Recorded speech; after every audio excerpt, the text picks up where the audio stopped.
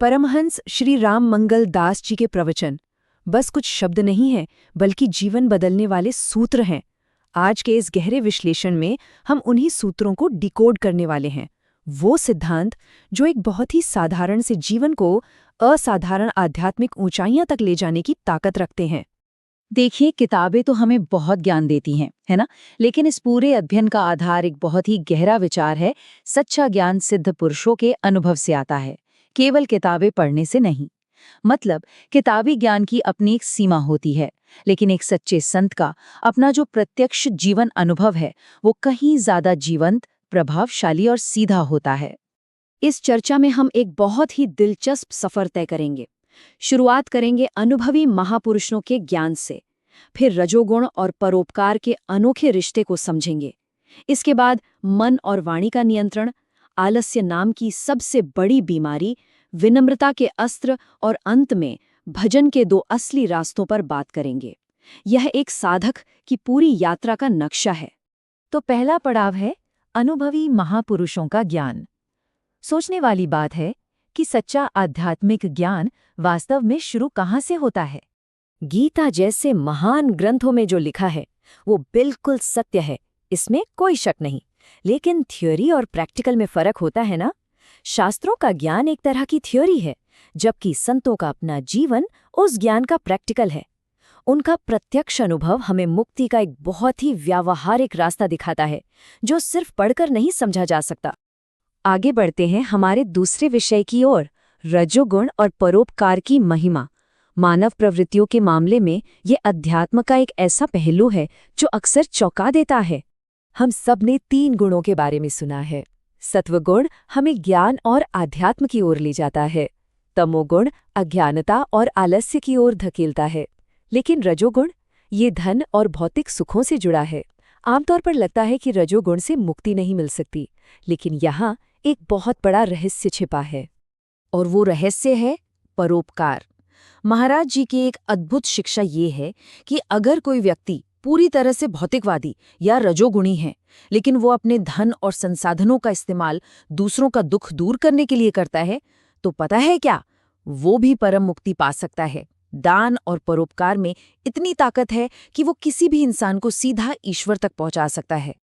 अब आते हैं तीसरे विषय पर, मन और वाणी पर नियंत्रण। बाहर की दुनिया को छोड़िए, असली आध्यात्मिक लड़ाई तो हमारे अंदर चलती है, और उसकी शुरुआत यहीं से होती है। एक बहुत ही गहरी सच्चाई ये है कि हमारे मुंह से निकले शब्द कभी खत्म नहीं होते। वे बस इसी वातावरण में गूंजते रहते हैं, और यही शब्द हमारी आध्यात्मिक दिशा तय करते हैं। हम ऊपर उठेंगे या नीचे गिरेंगे, ये सीधे सीधे हमारी वाणी पर निर्भर करता है। सोचिए, अगर पाप का कोई भौतिक रूप होता तो वो कैसा दिखता? एकदम डरावना, काला रंग, नंगा शरीर, बड़े बड़े दांत, भयानक चेहरा और हाथों में खतरनाक अस्त्र लिए विशाल भुजाएं। जो लोग कड़वे और कठोर शब्द बोलते हैं, उनके लिए यह एक सीधा रूपक है कि बुरे शब्द विनाश का ही रास्ता बनाते हैं। इसलिए जुबान पर लगाम लगाना बहुत जरूरी है। पर सवाल यह है कि इस वाणी को रोका कैसे जाए? देखिए, इसका सीधा सा विज्ञान है। सबसे पहले एक नकारात्मक विचार या गुस्सा मन में पनपता है। अगर हम उसी पल अपने मन को रोक लें, तो वो कड़वे शब्द जबान तक आने से पहले ही खत्म हो जाएंगे। मन को साधे बिना जबान को साधना बिल्कुल नामुमकिन है। चलिए, अब हमारे चौथे विषय की ओर बढ़ते हैं, आलस्य, जो कि सभी बुराइयों का पिता है। ये आध्यात्मिक रास्ते का सबसे बड़ा रोड़ा है। बुराइयों की भी अपनी एक वंशावली होती है। संत बहुत स्पष्ट रूप से समझाते हैं कि आलस्य कोई छोटी मोटी बुरी आदत नहीं है, ये सारी बुराइयों का जन्मदाता है। इसी आलस्य के गर्भ से काम और क्रोध पैदा होते हैं, फिर उनसे लालच पनपता है, और अंत में इंसान झूठ और पाप के अंधेरे में पूरी तरह डूब जाता है। अब इस आलस्य को पहचाने कैसे? इसके लक्षण बहुत ही स्पष्ट और शारीरिक हैं, जैसे लगातार जम्हाई आना, आंखों में भारीपन रहना, ध्यान करने के बजाय बस आराम करने का मन करना, और तो और अच्छे काम करते समय बेचैनी महसूस होना। ये सब खतरे की घंटियां हैं जो सार्थक आध्यात्मिक अभ्यास को रोक रही हैं। इसीलिए इस आलस्य को झटके से और पूरी ताकत से बाहर फेंकना पड़ता है। शिक्षा एकदम सख्त है। अगर कोई बीमार या बहुत बुजुर्ग नहीं है, तो आध्यात्मिक मार्ग पर आराम के लिए कोई छूट, कोई माफी नहीं है। सच्ची प्रगति चाहिए तो शारीरिक सुख सुविधाओं को ठोकर मारनी ही पड़ेगी। अब हम पहुंच गए हैं 5वें विषय पर, विनम्रता और शांति के अस्त्र। अपनी आध्यात्मिक प्रगति को सुरक्षित कैसे रखें, आइए समझते हैं। यहाँ दीनता की ढाल यानी गहरी विनम्रता की बात आती है। ये वो ढाल है जो तभी मिलती है जब अहंकार पूरी तरह शून्य हो जाए। जब कोई व्यक्ति दूसरों की गालियां, कड़वे शब्द या अपमान को बिना किसी पलटवार के सहजता से सह लेता है, तब समझ लीजिए कि उसने ये ढाल पहन ली है। ये ढाल बाहरी नकारात्मकता से पूरी तरह सुरक्षित रखती है। और कमाल की बात देखिए, जैसे ही ये विनम्रता की ढाल मजबूती से पकड़ ली जाती है, वैसे ही ऊपर वाले से एक और बड़ा उपहार मिलता है, शांति की तलवार।